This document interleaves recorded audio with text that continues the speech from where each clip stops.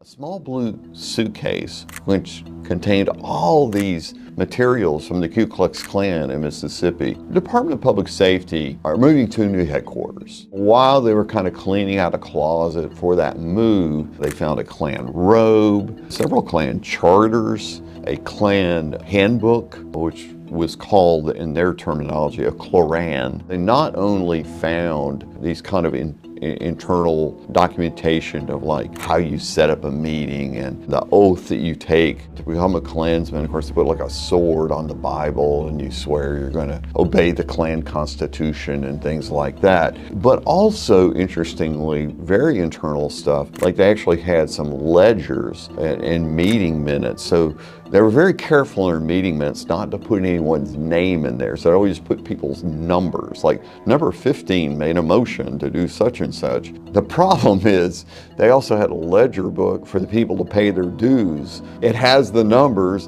and it has their names of them paying the dues. So kind of gave it all away right there. What they immediately did is they contacted the Mississippi Department of Archives and History. Archives has these documents and the robe. They're going to be releasing this to the public within the next few months. It's easy to look at these guys in terms of, their outfits that kind of look clownish. These organizations were basically terrorist organizations. The White Knights of the Ku Klux Klan, most violent Klan organization in the United States, responsible for at least 10 killings here in Mississippi. Burley Evers, the widow Medgar Evers, has said before, the reason we keep repeating our history is we don't know our history. And I think it's so important to preserve this history because it's forgotten within a generation or two. You kill them cold blood. I will articulate to fix the problem. A shocking confession caught on tape as a Mississippi police chief brags about killing 13 people in the line of duty, all while using racist slurs. I have shot and killed in the line of duty 13 different people. I shot that 119 times. Okay? I mean, I saved 67 kids in a vehicle and shot 319 times. But he was hit 119 times by me. Audio obtained by the Mississippi Center for Investigative Reporting through civil rights organization Julian features a recording of Lexington Police Chief Sam Dobbins. The audio was obtained by another officer, Robert Lee Hooker, who called it, quote, appalling, racist, hateful, and detrimental to the welfare of the people. No single U.S. state is officially or universally defined as racist, as systematic racism, prejudice, and social progress exists to varying degrees across the entire country. So I decided to look up states that would be more racist than others. And as you can see, the regions highlighted in studies on racial bias. At the bottom, we see Mississippi, Louisiana, Alabama, and parts of West Virginia and Georgia. And I say all that to say, I do not trust anything coming out of Mississippi, especially in the case of Nolan Wells. And welcome to the Tracy Show. It is Tracy with an I, not with a Y, not with the I-E, just I. Get it right. Have you subscribed? Well, if you have not, I need you to do so right now. I need you to hit the like. I need you to hype it up. I need you to hit that post notification bell. I need you to do everything because information is free here. It don't cost you nothing over here on The Tracy Show. Let's talk about it. First of all, I want to give honors to Miss Monica Lee, who is the mother of Danien Cameron, attorney Trent Walker, and myself. We represent Miss Monica Lee for the death of Danien Cameron, which occurred at the hands of the Rankin County Sheriff's Department and its officers, including Hunter Elward, the shooter who didn't just shoot Michael Jenkins in his mouth.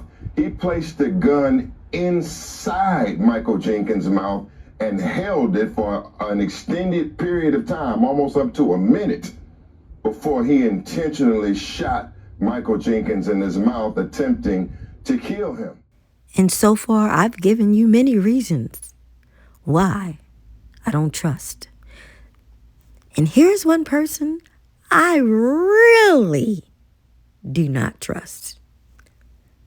Chief Medical Examiner in Mississippi. I don't trust her at all. I don't trust you, lady. I don't trust you. I don't trust you. Her name is Stacy Turner. Yeah, you're the one that sent Nolan's body over there, knowing an autopsy could not have been performed properly without those missing organs. And as we see, you have never ruled mysterious black deaths homicide. Why? The young man, the bottom right, that's who we're going to talk about. But here's a little bit of information on Stacy Turner, who handled the autopsy for cases for several black youths and men whose official cause of death determinations have faced public scrutiny and independent challenges. These high-profile cases include Nolan Xavier Wells, Shannon Wilson, Trey Reed, and Danien Cameron. In this video, I want to talk about this young man, Danien Cameron. When I show you his face, how swollen it was, it doesn't even look like the same person. But let me read an article. 3 national pathologists say Mississippi's chief medical examiner, which is Stacy, who I just showed you, says that his death should have been labeled as a homicide. A black Braxton, Mississippi resident whose mother alleges that 2 white Rankin County deputies knelt on his back for over 20 minutes, causing his death in July of 2021. Chief Medical Examiner Dr. Stacy Turner said Danien Cameron's cause of death was undetermined. Same thing still going on. History just repeats itself. Despite his body being swollen, bloody, and bruised when it came to her office, due to lack of access to information involving the circumstance of his death, the cause and the manner of death are best classified as undetermined, she wrote in the report. These are pictures of his actual autopsy going across the screen. The New York Times and Mississippi Today asked 3 pathologists to review Danien Cameron's autopsy, photos, hospital records, sheriff's report, and eyewitness statements, and the experts determined that the officers probably unalived the 29-year-old. Quote, "There's really nothing to be undetermined about," Dr. Hu, chief of the Forensic Pathology Division at Rutgers University, told the New York Times.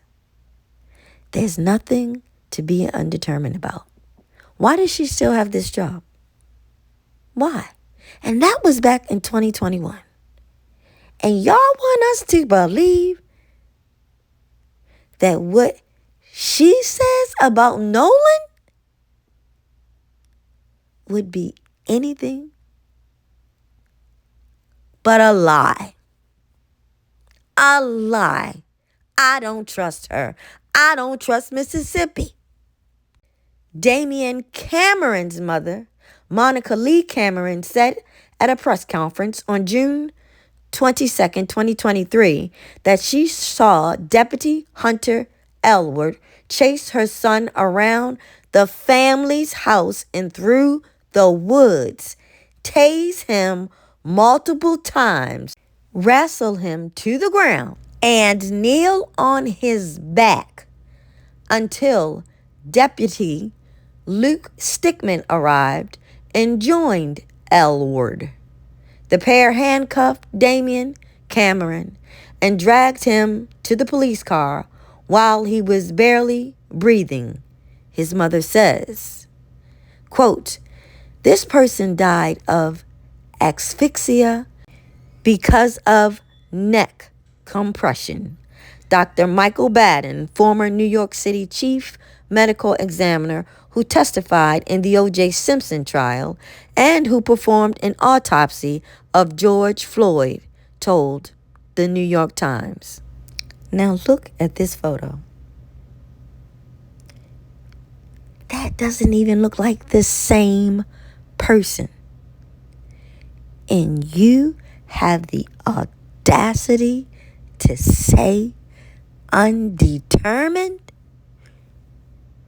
You can just look at him without doing anything. Something happened.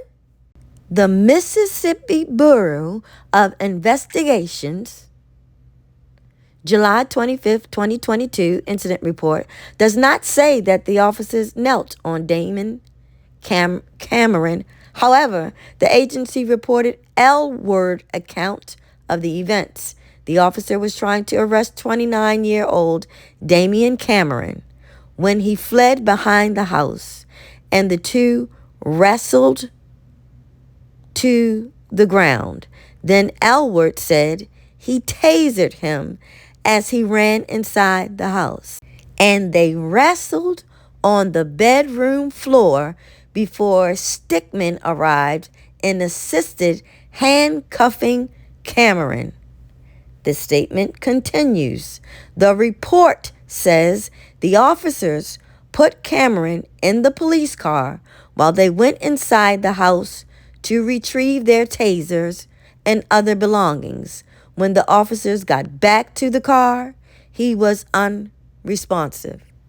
That's some bull. We all know that. Y'all know that. And y'all should be ashamed.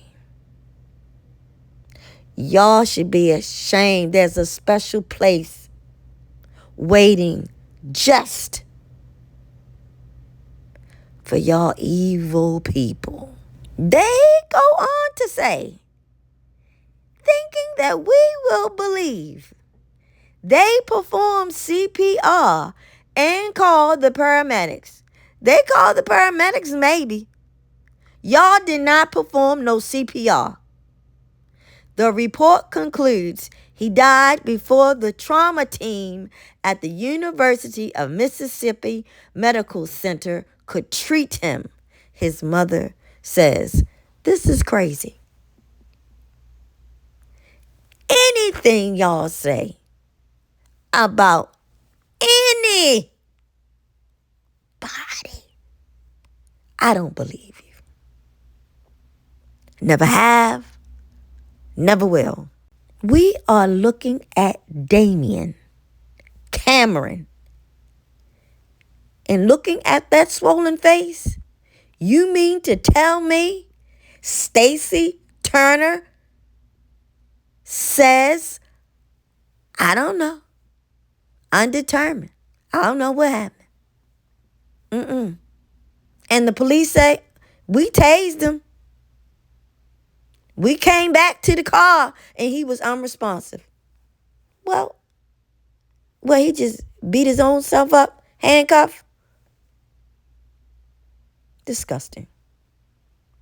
Anything you have to say about Nolan Wells, I would never believe you unless someone is arrested and charged. That's why all this is going on, because you're hiding something. You're hiding something. Everyone is connected to somebody, to the elites. And now you want to throw Trump's lawyer in, a former lawyer of Trump. You know what type of man that is. This is all sickening.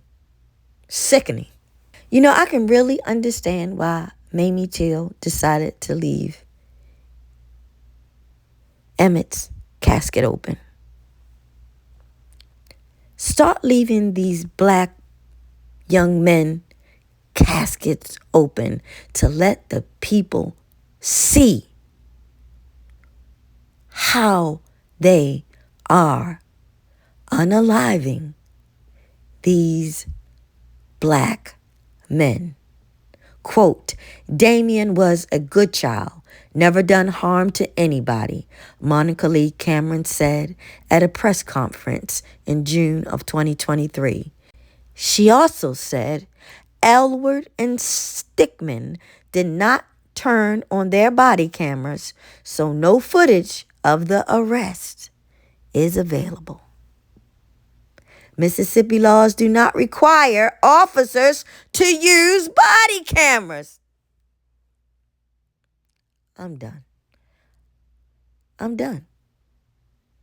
Y'all let me know y'all thoughts and opinions in the comment section if YouTube pushes this into the algorithm. Thank you for watching. Thank you for listening.